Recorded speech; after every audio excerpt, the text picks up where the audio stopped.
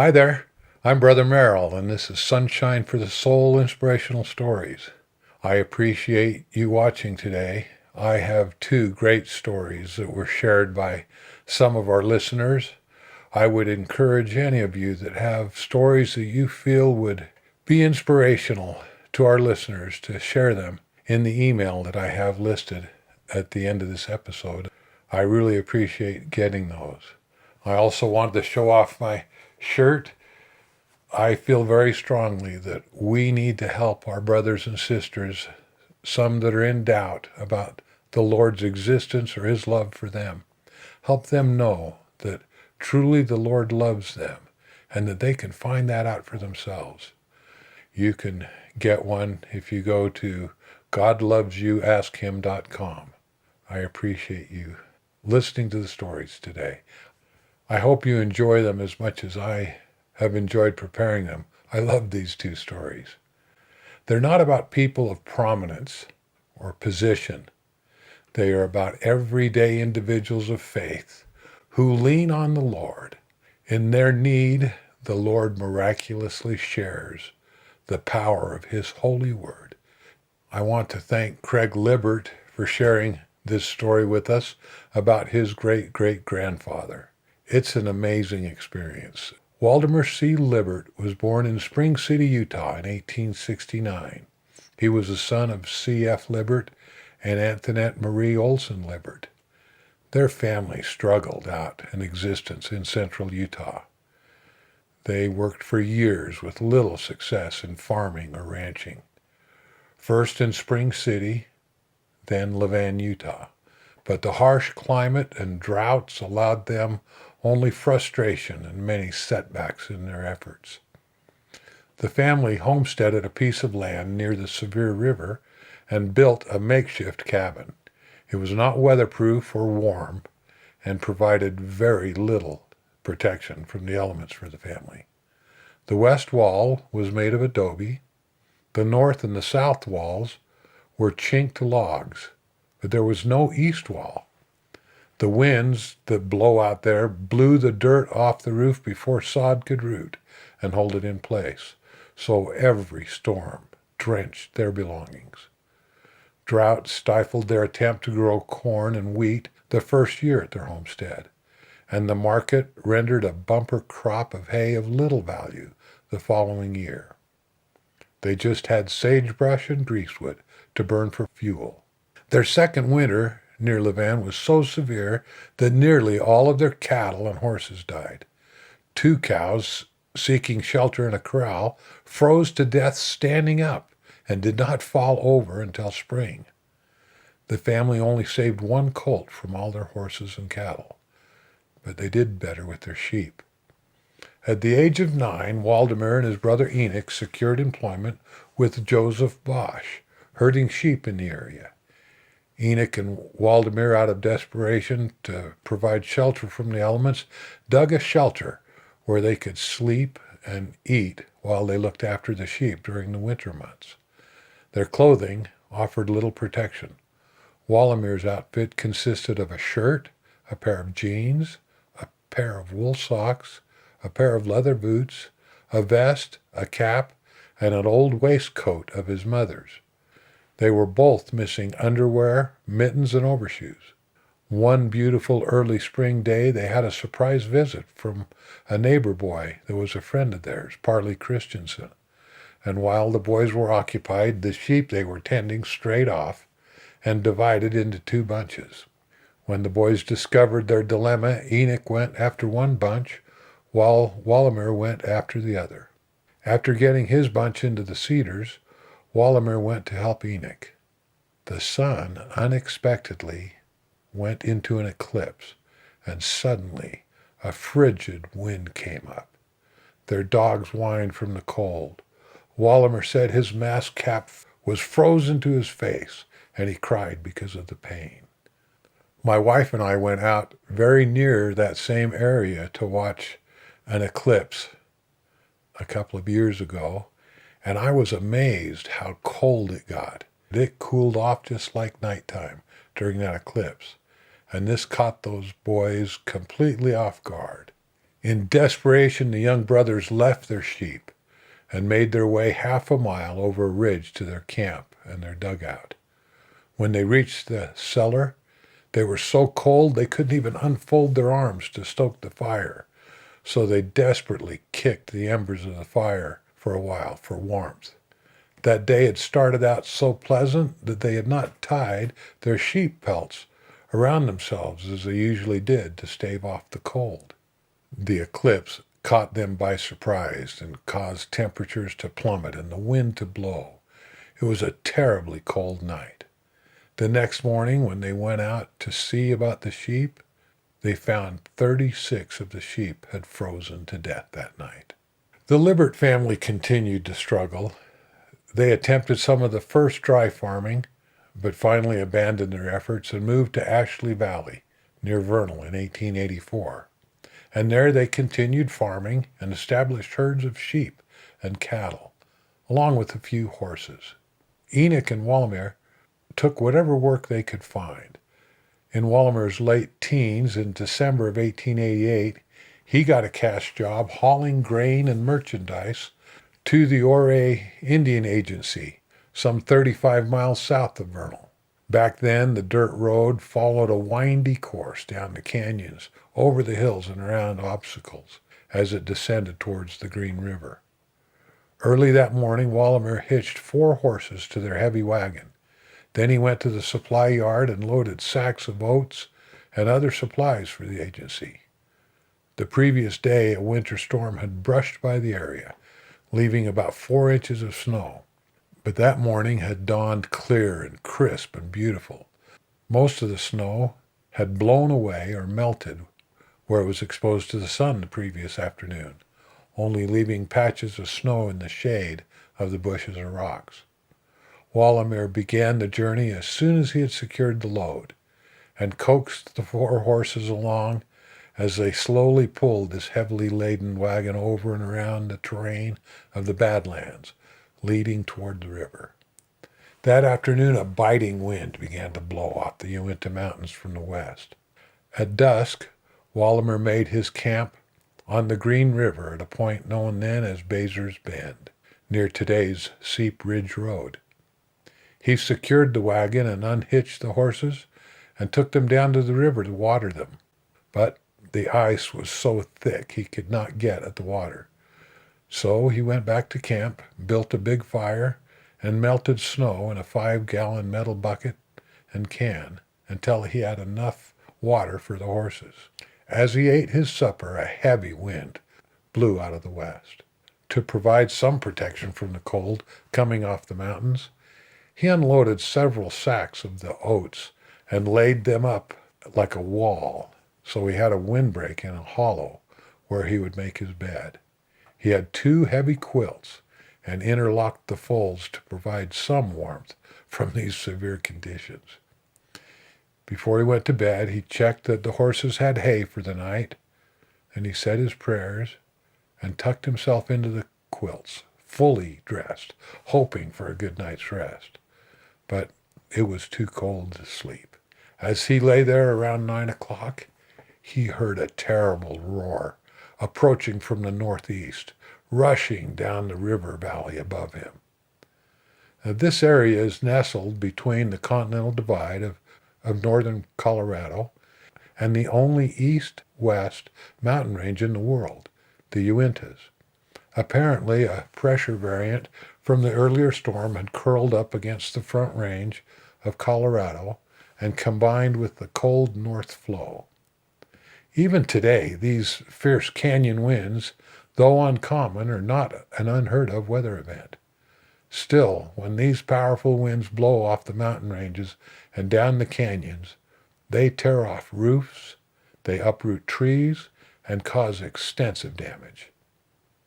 That night in 1884, as Walmer shivered in his quilts, he was struck by one of these ferocious cold winds.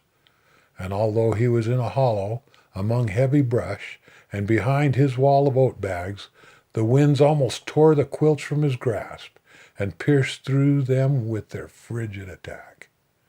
The winds scoured the hay away from the horses, and Walmer felt He was exposed to a freezing chill worse than anything he'd ever experienced.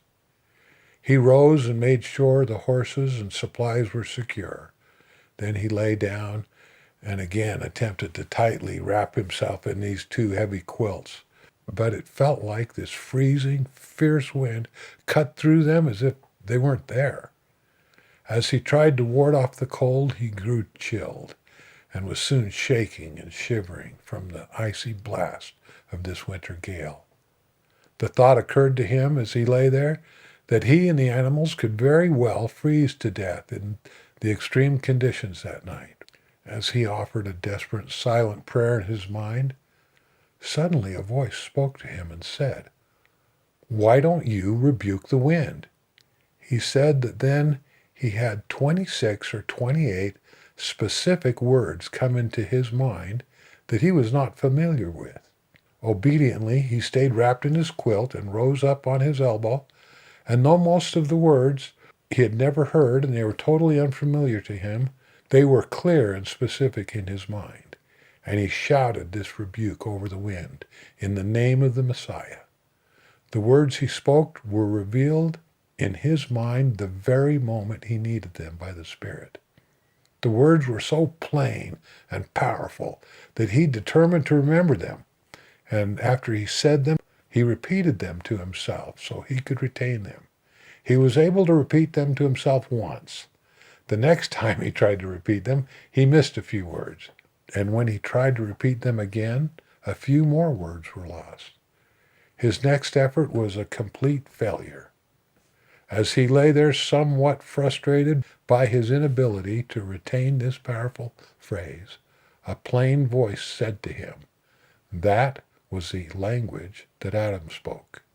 As Walder marveled at this, he noticed that the wind had stopped and heard it roaring down the river canyon to the southwest until it just faded off.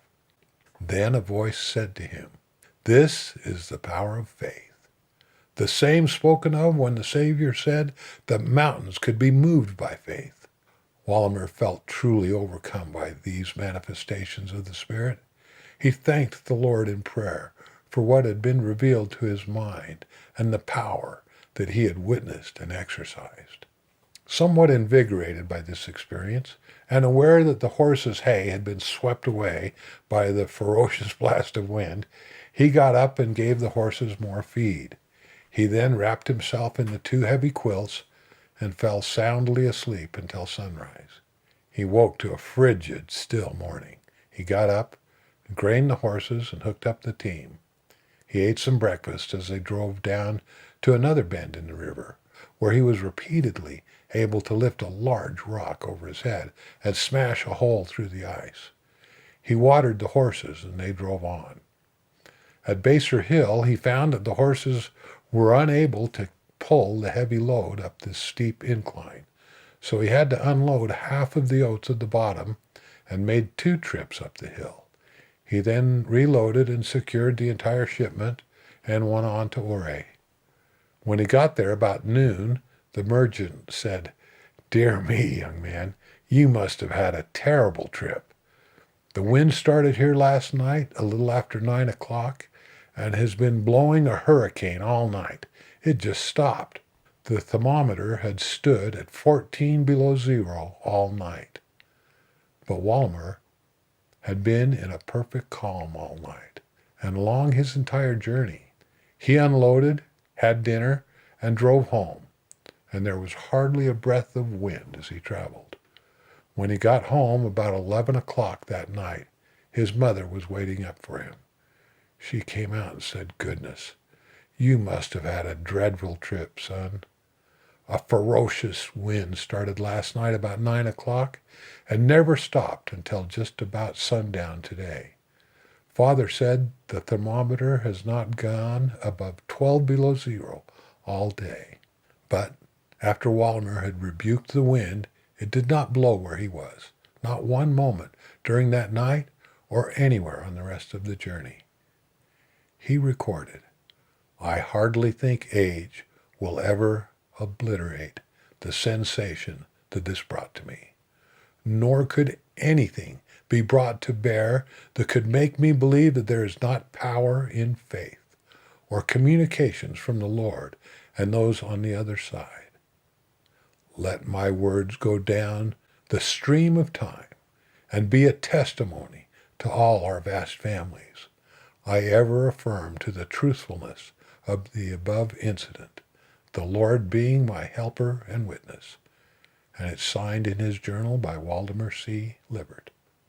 The year after this experience, Walder was called to serve in the Southern States Mission. While he was there, he met his future wife, Dora Darnell. Later, the Darnells moved to Utah, and Walder and Dora were married in the Logan Temple in 1892 and had 12 children. I hope you enjoyed that story as much as I did. Ron Argyle has sent me quite a few great stories, and he gave me a lead where I found this story about another miraculous event that saved some of our soldiers from the greatest generation during World War II, from Joseph Banks' book, A Distant Prayer. Joseph had been taken prisoner when his B-17 was shot down over Germany. After escaping from the German prisoner of war camp, Joseph and 3 of his friends, Roland, Bob, and Lloyd, traveled at night and slept under cover during the day. Clothed in plainly marked POW clothing, they were frightened, constantly in peril, and staving off cold and hunger while they made their way from behind enemy lines. This story demonstrates once again how involved the Lord is in our lives. Joseph recounts, "As we made the journey of our escape, the town we had hidden by one day was so small that there was only one road in or out to walk on. We had hidden out of sight all day at the edge of this town and knew that there were many German soldiers there. After all the lights in town had dimmed, we cautiously proceeded down the narrow cobblestone lane, right through the center of town, under the cover of darkness, hoping to reach the other side of this small town unnoticed. This night, Roland was in the lead, followed by Bob and Lloyd. I was in Charlie position, at the tail end. Had I been in the lead, I would have hugged the side of the road to stay out of sight. But Roland led us straight down the middle of the road. At first, I couldn't figure out his reasoning, but finally decided that going down the middle of the cobblestone lane lessened the chances that one of us would accidentally bump up against a house and alert the occupants of our presence. We quietly crept along, slowly and deliberately, careful not to make a sound, maintaining about 10 feet between each member of our team. It was pitch dark. Roland was always calm under pressure, so he was a great leader at times like this, because he never got excited or panicked. By the time we reached the middle of town, we all began to feel relieved. No dogs had started barking, and no one had noticed us. But just as it looked like we were about to make it, I was startled by a sudden voice out of the darkness to my left. As I instinctively turned toward it, a door opened from a house and illuminated me with a bright light from within. I was standing in my plainly marked POW clothing, directly in the light that shone on me through the doorway. I was temporarily blinded as I looked desperately into the bright light toward the voice, and I slowly began to make out 2 forms coming toward me. I stood there like a deer caught in the headlights of an oncoming car, unable to move. A German soldier came striding out of the house deliberately toward me, followed by a woman. Fortunately, the light was restricted enough through the doorway that they could only see me, which gave my 3 partners a chance to take cover.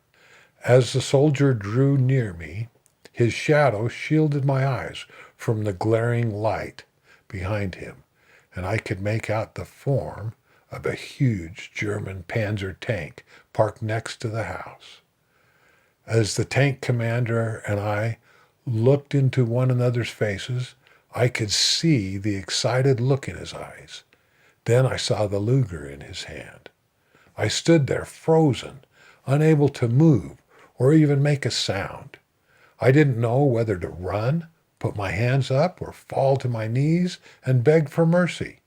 So I just stood there, unable to move or speak. As he reached me, he shouted something in German, which I did not understand. Before I could think of what to do, I was shocked to hear myself respond to his demand with a calm, confident German phrase. I sounded like a native German speaker. I had no idea what I had said, but it must have been an appropriate response to what he had asked me. He replied to whatever I had said with an almost cheerful, "Ja, ja, ja." Then he put his arm around the woman, and they turned their back to me and spoke to one another in German as they walked back into the house and closed the door. I was so shocked and astonished that I just stood there in my POW clothing with my mouth open and my hands at my side. My buddies had seen and heard the whole thing. I didn't move for some time, so they came out of hiding and grabbed me and pulled me behind a nearby outbuilding where we could all hide for a moment. The whole encounter took only a few seconds. When we were safely out of sight, my buddies asked, "What on earth did he say to you? And what did you say when you answered him?" I told them I couldn't speak German, and I had no idea what I had said or what he had asked. We all knew a few German words we had learned in the POW camp, like hello, yes sir, or no sir. But I had not used any of those words, and even if I had, my accent would have been so terrible that anyone would have immediately recognized that I was a foreigner. Whatever I had said in response to his query had satisfied him completely, and the woman who was with him. We all just stood there quietly, marveling in disbelief at what had just happened. As the four of us huddled just a few feet apart, Roland said, "He must have seen the huge white POW lettering on your pants and shirt." And then Lloyd piped up and said, "With your straggly beard and tattered clothes and those bright white POW letters painted on your trousers and shirt, it's impossible that he didn't recognize you as an escaped prisoner." But this German panzer commander had looked me up and down, asked me an unknown question, and I had responded not only with the appropriate wording, but in a manner that completely dismissed any of their concerns. In the very moment I expected him to shoot me or scream out in recognition of the enemy, I had calmly spoken to him in his native language. We could not understand how not only the German officer, but the woman who was with him had not figured it out. The woman had also stared directly at me and heard the words that had passed between us. We all stood in a daze, marveling at how neither of them had figured out what was going on. In the quiet and dark behind the outbuilding, as all of this settled in my mind, I suddenly felt a burning in my heart that told me that I had been blessed once again. The Holy Ghost had interpreted what the German had said to me and put the appropriate words and voice into my mouth to respond. I'd been blessed with the gift of tongues and the correct accent. I don't know what those two Germans saw, but obviously they didn't see what was just a few feet in front of them in the bright light. The letters on my clothing would have stood out like a neon sign in the light from their home. At that moment in my heart, I was told that the Spirit changed what they saw. I know in some way the Spirit changed my appearance to them. I had been transformed so they did not recognize me. Joseph Banks said, "I've heard it said that for something to be a miracle, there can be no logical or earthly way to explain it. If that's true, then I was clearly the beneficiary of a miracle, and it thrilled me to know that God was still watching out for me and that he cared for me. Here in the middle of Germany, with millions of lives in turmoil, he had time to remember me and provide help in my desperate moment. My heart was filled with joy and appreciation, and as the Spirit manifested this to me, I immediately testified to my friends that it was Heavenly Father who protected and saved us just then. There was a silence for a while as we each pondered what had just happened. Then we all agreed that it had been a miracle. We each offered a silent prayer of thanks, and though we should have been anxious to get out of there, we all stood peacefully for a few moments and basked in the glow and warmth as we felt the Lord's love surrounding us. After the war, Joseph married his wife Linda. They raised one son and two daughters. I felt like both of these stories demonstrated the Lord's willingness to help us in our moment of need. We are told repeatedly in the Scriptures to endure to the end. Through most of our lives, this does not refer to the end of mortality. It refers to the end of our perceived ability to endure. We often set barriers of endurance for ourselves, deciding that we can only go so far during a trial or test. And it seems in my experience that the Lord in his wisdom usually allows us to slam into that self-determined barrier of endurance in discouragement, only to sustain us beyond what we thought was our limit. These experiences test our faith and often cause us to fall back to a position of hope, even desperation. Those are the moments where we truly bare our souls to the Lord in prayer.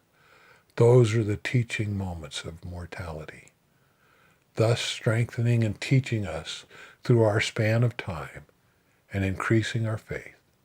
In these moments, we may wonder if the Lord is there, if he is aware of what we're going through, or if he loves us. I know he does know us. He does know me. He knows my thoughts. He knows my feelings and what is best for me now and in eternity. He loves me. He is my Father, and he loves you. If you have any doubt of this, if you wonder, is the Lord there? Is he aware of what I'm going through and how I feel? Take a moment. Think about your life. Ponder not the frustrations in your life at that moment, but stop and think about the blessings in your life. Think about the things that have happened during your life that are good, things that you're grateful for. And as you ponder those things, you will create a conduit between you and heaven. And in that state of mind, kneel down and ask the Lord, are you there? Do you love me? And I promise you that you will feel his love pour into your heart and into your mind. And you will know that you have a Father in heaven who is watching your life and your feelings and your thoughts and processes and everything you experience. And he is helping to sculpt and prepare you for an eternal glory. I hope you've enjoyed these stories today. You can subscribe here. And if you enjoyed this story, you'll probably enjoy this one. You can listen to all of Sunshine for the Soul inspirational stories right here. I'm Brother Merrill. Thank you.